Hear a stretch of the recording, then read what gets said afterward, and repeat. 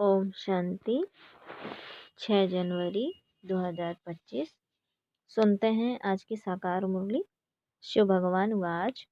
मीठे बच्चे, तुम्हारा एक एक बोल बहुत मीठा फर्स्ट क्लास होना चाहिए। मीठे बच्चे, बाबा ने कहा कि तुम्हारा एक एक बोल मीठा फर्स्ट क्लास होना चाहिए।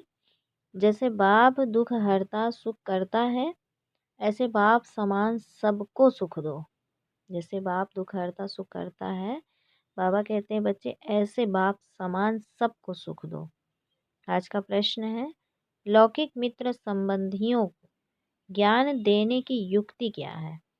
लौकिक मित्र संबंधियों को ज्ञान देने की युक्ति क्या है? उत्तर है, कोई भी मित्र संबंधी आदि है तो उनसे बहुत नम्रता से, प्रेम भाव से, मुस्कुराते हुए बात करनी चाहिए। समझना चाहिए यह वही महाभारत लड़ाई है। बाप ने रुद्र ज्ञान यज्ञ रचा है। मैं आपको सत्य कहता हूँ कि भक्ति आदि तो जन्म जन्मांतर की, अब ज्ञान शुरू होता है। जब मौका मिले तो बहुत प्यार से युक्ति से बात करो। कुटुंब परिवार में बहुत प्यार से चलो, कभी किसी को दुख ना दो। फिर आज बाबा ने गीत में कहा, आखिर वह दिन आया आज। ओम शांति ओम शांति। सुनते हैं मुरली को विस्तार से। बाबा कहता है, जब कोई गीत बजता है तो बच्चों को अपने अंदर उसका अर्थ निकालना चाहिए। सेकंड में निकल सकता है। यह बेहद के ड्रामा की बहुत बड़ी घड़ी है ना। यह बेहद के ड्रामा की बहुत बड़ी घड़ी है ना। भक्ति मार्ग में मनुष्य पुकारते भी हैं। जैसे कोर्ट में केस होता है तो कहते हैं कब सुनवाई हो, कब बुलावा हो, तो हमारा केस पूरा हो, कहते हैं ना। तो बच्चों का भी केस है। कौन सा केस है? कि रावण ने तुमको बहुत दुखी बनाया है। तुम्हारा केस दाखिल होता है बड़े कोर्ट में। बाबा कहते हैं कि रावण ने तुमको बहुत दुखी बनाया है, तो तुम्हारा केस दाखिल होता है बड़े कोर्ट में। मनुष्य पुकारते रहते हैं, बाबा आओ, आकर के हमको दुखों से छुड़ाओ। एक दिन सुनवाई तो जरूर होती है। बाप सुनते भी हैं, ड्रामा अनुसार आते भी हैं, बिल्कुल पूरे टाइम पर। उसमें एक सेकंड का भी फर्क नहीं पड़ सकता है। बेहद की घड़ी कितनी एक्यूरेट चलती है। यहाँ तुम्हारे पास यह छोटी घड़ियाँ भी एक्यूरेट नहीं चलती हैं। बाबा कहता है यज्ञ का हर कार्य एक्यूरेट होना चाहिए। घड़ी भी एक्यूरेट होनी चाहिए। बाप तो बड़ा एक्यूरेट है। सुनवाई बड़ी एक्यूरेट होती है। बाबा कहता कल्प कल्प कल्प के संगम पर एक्यूरेट टाइम पर आते हैं। तो बच्चों की अब सुनवाई हुई, बाबा आया हुआ है। अभी तुम सबको समझाते हो। आगे तुम भी नहीं समझते थे कि दुख कौन देता है। अभी बाप ने समझाया है, रावण राज्य शुरू होता है द्वापर से। तुम बच्चों को मालूम पड़ गया है। बाबा कल्प कल्प संगम युग पर आते हैं। यह है बेहद की रात। शिव बाबा बेहद की रात में आते हैं। श्री कृष्ण की बात नहीं, जब घोर अंधियारे में अज्ञान नींद में सोए रहते हैं, तब ज्ञान सूर्य बाप आते हैं बच्चों को दिन में ले जाने। कहते हैं मुझे याद करो, क्योंकि पति से पावन बनना है। बाप ही पतित पावन है। वह जब आए तब तो सुनवाई हो। अब तुम्हारी सुनवाई हुई है। बाप कहते हैं, मैं आया हूँ पतितों को पावन बनाने। पावन बनने का तुमको कितना सहज उपाय बताता हूँ। आजकल देखो साइंस का कितना जोर है। एटॉमिक बम्स आदि का कितना जोर से आवाज होता है। तुम बच्चे साइलेंस के बल से इस साइंस पर जीत पाते हो। साइलेंस को योग भी कहा जाता है। आत्मा बाप को याद करती है, बाबा आप आओ, तो हम शांति धाम में जाकर निवास करें। तो तुम बच्चे इस योग बल से, साइलेंस के बल से साइंस पर जीत पाते हो, शांति का बल प्राप्त करते हो। साइंस से ही यह सारा विनाश होने का है। साइलेंस से तुम बच्चे विजय पाते हो। बाहुबल वाले कभी भी विश्व पर जीत पा नहीं सकते। यह पॉइंट्स भी तुमको प्रदर्शनी में लिखनी चाहिए। बाबा कहते हैं दिल्ली में बहुत सर्विस हो सकती है, क्योंकि दिल्ली है सबका कैपिटल। तुम्हारी भी दिल्ली ही कैपिटल होगी। दिल्ली को ही परिस्तान कहा जाता है। पांडवों के किले तो नहीं है। किला तब बांधा जाता है जब दुश्मन चढ़ाई करते हैं। तो बाबा ने कहा कि तुमको तो किले आदि की दरकार रहती नहीं। तुम जानते हो हम साइलेंस के बल से अपना राज्य स्थापन कर रहे हैं। उन्हों की है आर्टिफिशियल साइलेंस, तुम्हारी है रियल साइलेंस। ज्ञान का बल शांति का बल कहा जाता है। नॉलेज है पढ़ाई, पढ़ाई से ही बल मिलता है। पुलिस सुपरिटेंडेंट बनते हैं, कितना बल रहता है। वह सब है जिस्मानी बातें दुख देने वाली। तुम्हारी हर बात रूहानी है। तुम्हारे मुख से जो भी बोल निकलते हैं वह एक एक बोल ऐसे फर्स्ट क्लास मीठे हों जो सुनने वाला खुश हो जाए। जैसे बाप दुख हरता सुख करता है, ऐसे तुम बच्चों को भी सबको सुख देना है। कुटुंब परिवार को भी दुख आदि ना हो। कायदे अनुसार सबसे चलना है। बड़ों के साथ प्यार से चलना है। मुख से, बाबा कहते हैं मुख से अक्षर ऐसे मीठे फर्स्ट क्लास निकले जो सब खुश हो जाए। बोलो शिव बाबा कहते हैं मन मना भव, ऊंचे ते उच्च मैं हूँ। मुझे याद करने से ही तुम्हारे विकर्म विनाश होंगे। बहुत प्यार से बात करनी चाहिए। समझो कोई बड़ा भाई हो, बोलो दादाजी शिव बाबा कहते हैं मुझे याद करो। शिव बाबा जिसको रुद्र भी कहते हैं वही ज्ञान यज्ञ रचते हैं। श्री कृष्ण ज्ञान यज्ञ, बाबा कहते श्री कृष्ण ज्ञान यज्ञ अक्षर नहीं सुनेंगे। रुद्र ज्ञान यज्ञ कहते हैं। तो रुद्र शिव बाबा ने यज्ञ रचा है। राजाई प्राप्त करने के लिए ज्ञान और योग सिखला रहे हैं। तो बाप कहते हैं भगवान वाच माम एकम याद करो, क्योंकि अभी सबकी अंत घड़ी है। वानप्रस्थ अवस्था है, सबको वापिस जाना है। मरने समय मनुष्य को कहते हैं ना ईश्वर को याद करो। यहाँ ईश्वर स्वयं कहते हैं मौत सामने खड़ा है, इनसे कोई बच नहीं सकते। अंत में ही बाप आकर के कहते हैं कि बच्चे मुझे याद करो तो तुम्हारे पाप भस्म हो जाए। इनको याद की अग्नि कहा जाता है। तो बाप गारंटी करते हैं कि इनसे तुम्हारे पाप दग्ध होंगे। कर्म विनाश होने का, पावन बनने का और कोई उपाय नहीं। पापों का बोझा सिर पर चढ़ते चढ़ते, खाद पड़ते पड़ते सोना 9 कैरेट हो गया है। 9 कैरेट के बाद मलम्मा कहा जाता है। अभी फिर 24 कैरेट कैसे बने? आत्मा प्योर कैसे बने? बाबा कहते प्योर आत्मा को जेवर भी प्योर मिलेगा। तो कहा कोई मित्र संबंधी आदि है तो उनसे बहुत नम्रता से, प्रेम भाव से, मुस्कुराते हुए बात करनी चाहिए। समझना चाहिए यह तो वही महाभारत लड़ाई है, यह रुद्र ज्ञान यज्ञ भी है। बाप द्वारा हमको सृष्टि के आदि मध्य अंत की नॉलेज मिल रही है, और कहाँ भी यह नॉलेज मिल ना सके। मैं आपको सत्य कहता हूँ, यह भक्ति आदि तो जन्म जन्मांतर की है। अब ज्ञान शुरू होता है। भक्ति है रात, ज्ञान है दिन। सतयुग में भक्ति होती नहीं। ऐसे ऐसे युक्ति से बात करनी चाहिए। जब कोई मौका मिले, जब तीर मारना होता है तो समय और मौका देखा जाता है।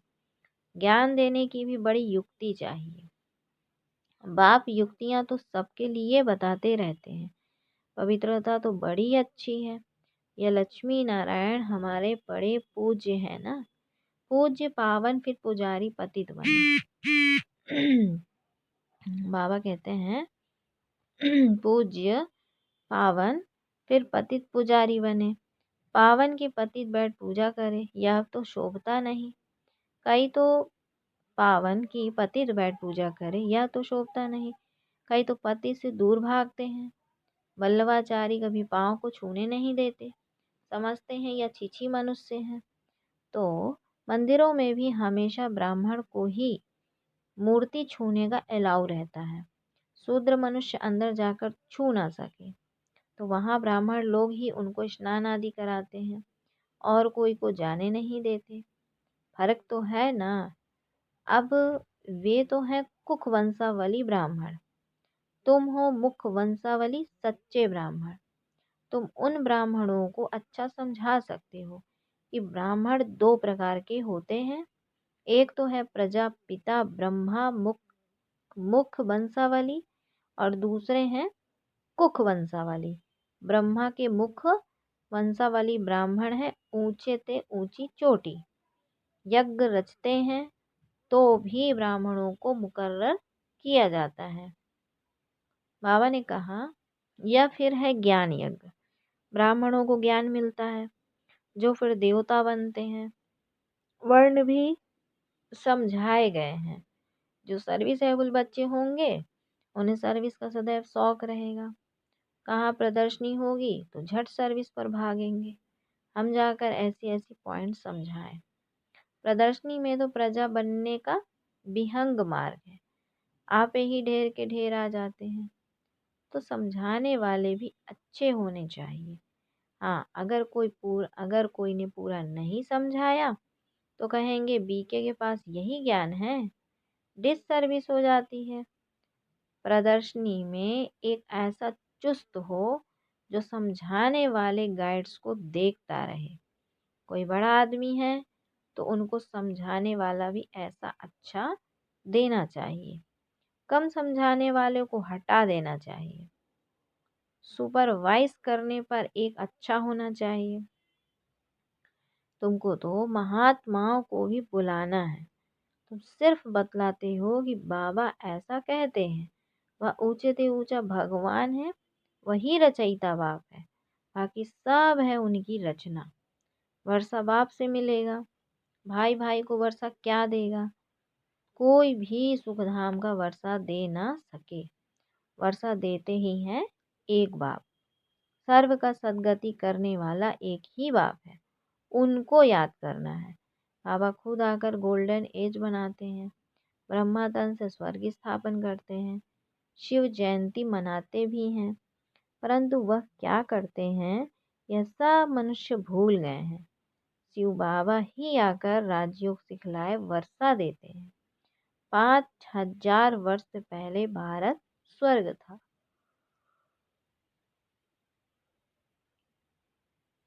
बाबा ने कहा कि 5000 वर्ष पहले भारत स्वर्ग था। लाखों वर्ष की तो बात ही नहीं। तिथि तारीख सब है, इनको कोई खंडन कर ना सके। नई दुनिया और पुरानी दुनिया आधा आधा चाहिए। वह सतयुग की आयु लाखों वर्ष कह देते तो कोई हिसाब हो नहीं सकता। स्वास्तिका में भी पूरे 4 भाग हैं। 1250 वर्ष हर एक युग में बांटे हुए हैं। हिसाब किया जाता है ना। वो लोग हिसाब तो कुछ भी जानते नहीं, इसीलिए कौड़ी तुल्य कहा जाता है। अब बाप हीरे तुल्य बनाते हैं। सब पतित है, भगवान को याद करते हैं। उन्हों को भगवान आकर ज्ञान से गुल गुल बनाते हैं। तुम बच्चों को ज्ञान रत्नों से सजाते रहते हैं, फिर देखो तुम क्या बनते हो। तुम्हारी एम ऑब्जेक्ट क्या है। भारत कितना सिरताज था, सब भूल गए हैं। मुसलमानों आदि ने भी कितना सोमनाथ मंदिर से लूट कर मस्जिदों आदि में हीरे आदि जाकर लगाए हैं। अभी उनकी तो कोई वैल्यू भी नहीं कर सकते। इतनी बड़ी बड़ी मणियां राजाओं के ताज में रहती थी, कोई तो करोड़ की, कोई 5 करोड़ की। आजकल तो सब इमिटेशन निकल पड़ी है। इस दुनिया में सब है आर्टिफिशियल पाई का सुख। बाकी है दुख। इसीलिए सन्यासी भी कहते हैं काग विष्टा समान सुख है। इसीलिए वह घर बार छोड़ते हैं। परंतु अब तो वह भी तमो प्रधान हो पड़े हैं, शहर में अंदर घुस पड़े हैं। परंतु बाबा कहते हैं अब किसको सुनाए, राजा रानी तो है नहीं, कोई भी मानेगा नहीं। कहेंगे सबकी अपनी अपनी मत है, जो चाहे सो करे, संकल्प की सृष्टि है। अब तुम बच्चों को बाप गुप्त रीति पुरुषार्थ कराते रहते हैं, तुम कितना सुख भोगते हो। दूसरे धर्म भी पिछाड़ी में जब वृद्धि को पाते हैं, तब लड़ाइयाँ आदि खिटपिट होती हैं। पौना समय तो सुख में रहते हो। इसीलिए बाप कहते हैं कि तुम्हारा देवी देवता धर्म बहुत सुख देने वाला है। हम तुमको विश्व का मालिक बनाते हैं, और धर्म स्थापक कोई राजाई नहीं स्थापन करते हैं, वह सदगति नहीं करते, आते हैं सिर्फ अपना धर्म स्थापन करने। वह भी जब अंत में तमो प्रधान बन जाते हैं, तो फिर बाप को आना पड़ता है सतो प्रधान बनाने। बाबा कहते हैं बच्चे कि तुम्हारे पास सैकड़ों मनुष्य आते हैं, परंतु कुछ भी समझते नहीं। बाबा को लिखते हैं फलाना बहुत अच्छा समझ रहा है, बहुत अच्छा है। बाबा कहते कुछ भी समझा नहीं है। अगर समझ जाए बाबा आया हुआ है, विश्व का मालिक बना रहे हैं, बस उसी समय मस्ती चढ़ जाए, फौरन टिकट लेकर यह भागे। परंतु ब्राह्मणी की चिट्ठी तो जरूर लानी पड़े बाप से मिलने के लिए। बाप को पहचान जाए तो मिलने बिगर रह ना सके, एकदम नशा चढ़ जाए। जिन्हें नशा चढ़ा हुआ होगा उन्हें अंदर में बहुत खुशी रहेगी, उनकी बुद्धि मित्र संबंधियों में भटकेगी नहीं। परंतु बहुतों की भटकती रहती है। गृहस्थ व्यवहार में रहते कमल फूल समान पवित्र बनना है और बाप की याद में रहना है बहुत सहज। जितना हो सके बाप को याद करते रहो। जैसे ऑफिस से छुट्टी लेते हैं, वैसे धंधे से छुट्टी पाकर 1-2 दिन याद की यात्रा में बैठ जाओ। क्या कहते शिव बाबा, जितना हो सके बाबा को याद करते रहो। जैसे ऑफिस से छुट्टी लेते हैं, वैसे धंधे से छुट्टी पाकर 1-2 दिन याद की यात्रा में बैठ जाओ। घड़ी घड़ी याद में बैठने के लिए बाबा कहते हैं कि घड़ी घड़ी याद में बैठने के लिए अच्छा सारा दिन व्रत रख लेता हूँ। बाबा को याद करने का कितना जमा हो जाएगा, ये कर्म ही विनाश होंगे। तो बाबा की याद से ही सतो प्रधान बनना है। सारा दिन पूरा योग तो किसका लग भी ना सके, माया विघन जरूर डालती है, फिर भी पुरुषार्थ करते करते विजय पा लेंगे। बस आज का सारा दिन बगीचे में बैठ बाबा को याद करता हूँ, खाने पर भी बस याद में बैठ जाता हूँ। यह मेहनत है, हमको पावन जरूर बनना है, मेहनत करनी है, औरों को भी रास्ता बताना है। बहस तो बहुत अच्छी चीज़ है, रास्ते में आपस में भी बात करते रहेंगे तो बहुत आकर सुनेंगे। तो बाप कहते हैं बच्चे मुझे याद करो, बस मैसेज मिल गया तो हम रिस्पॉन्सिबिलिटी से छूट गए। अच्छा, फिर बाबा बच्चों को याद प्यार देते हैं। मीठे मीठे सिकिलधे बच्चों प्रति माता पिता बाप दादा का याद प्यार और गुड मॉर्निंग। रूहानी बाप की रूहानी बच्चों को नमस्ते। हम रूहानी बच्चों की रूहानी माता पिता बाप दादा को याद प्यार गुड मॉर्निंग और नमस्ते। फिर धारणा के लिए मुख्य सार में बाबा बोले कि धंधे आदि से जब छुट्टी मिले तो याद में रहने का व्रत लेना है। माया पर विजय प्राप्त करने के लिए याद की मेहनत करनी है। दूसरा पॉइंट में बाबा ने कहा कि बहुत नम्रता और प्रेम भाव से मुस्कुराते हुए मित्र संबंधियों की सेवा करनी है, उनमें बुद्धि को भटकाना नहीं है, प्यार से बाबा का परिचय देना है। फिर बाबा ने आज बच्चों को वरदान में दिया कि चलते फिरते फरिश्ते स्वरूप का साक्षात्कार कराने वाले सफल साक्षात्कार मूर्त भव। बाबा क्या कहते, चलते फिरते स्वरूप का साक्षात्कार कराने वाले साक्षात्कार मूर्त भाव। जैसे शुरू में चलते फिरते ब्रह्मा ब्रह्मा बाबा के लिए कहा कि गुम होकर श्री कृष्ण दिखाई देते थे, इसी साक्षात्कार ने सब कुछ छुड़ा दिया। ऐसे साक्षात्कार द्वारा अभी भी सेवा हो, है ना। जब साक्षात्कार से प्राप्ति होगी तो बनने के बिना रह नहीं सकेंगे। इसलिए चलते फिरते फरिश्ते स्वरूप का साक्षात्कार कराओ। भाषण वाले बहुत हैं, लेकिन आप भाषण देने वाले बनो, तब समझेंगे यह अल्लाह लोग हैं, है ना। भाषण देने वाले तो बहुत हैं, लेकिन बाबा ने क्या कहा कि तुम अपने को भाषण देने वाले की जगह क्या समझो, भाषण वाले बहुत हैं, लेकिन आप भाषण देने वाले बनो, है ना। तब समझेंगे यह अल्लाह लोग हैं। अच्छा, आज का स्लोगन है, सदा रूहानी मौज का अनुभव करते रहो तो कभी भी मूझेंगे नहीं। सदा रूहानी मौज का अनुभव करते रहो तो कभी भी मूझेंगे नहीं। आज का मनसा पॉइंट है कि अपनी शक्तिशाली मनसा द्वारा साकाश देने की सेवा करो। आज बाबा ने कहा कि जैसे अब अपने दिल की शुभभावनाएं आत्माओं तक पहुंचाओ, साइलेंस की शक्ति को प्रत्यक्ष करो। हर एक ब्राह्मण बच्चे में जब साइलेंस की शक्ति है, सिर्फ इस शक्ति को मन से तन से इमर्ज करो। 1 सेकंड में मन के संकल्पों को एकाग्र कर लो तो वायुमंडल में साइलेंस की शक्ति के प्रकंपन स्वतः फैलते रहेंगे, है ना। तो क्या कहा बाबा ने कि सिर्फ मन की शक्ति को तन मन बाबा ने कहा कि सिर्फ इस शक्ति को मन से तन से इमर्ज करो, है ना। इमर्ज करो मतलब वाइब्रेशन फैलाओ। जब आप महसूस करोगे तो उसके वाइब्रेशन ऑटोमेटिक फैलते रहेंगे। तो ये थी मनसा पॉइंट्स की आज की ब्रह्मा बाबा की विशेषता। अच्छा, ओम शांति, ओम शांति।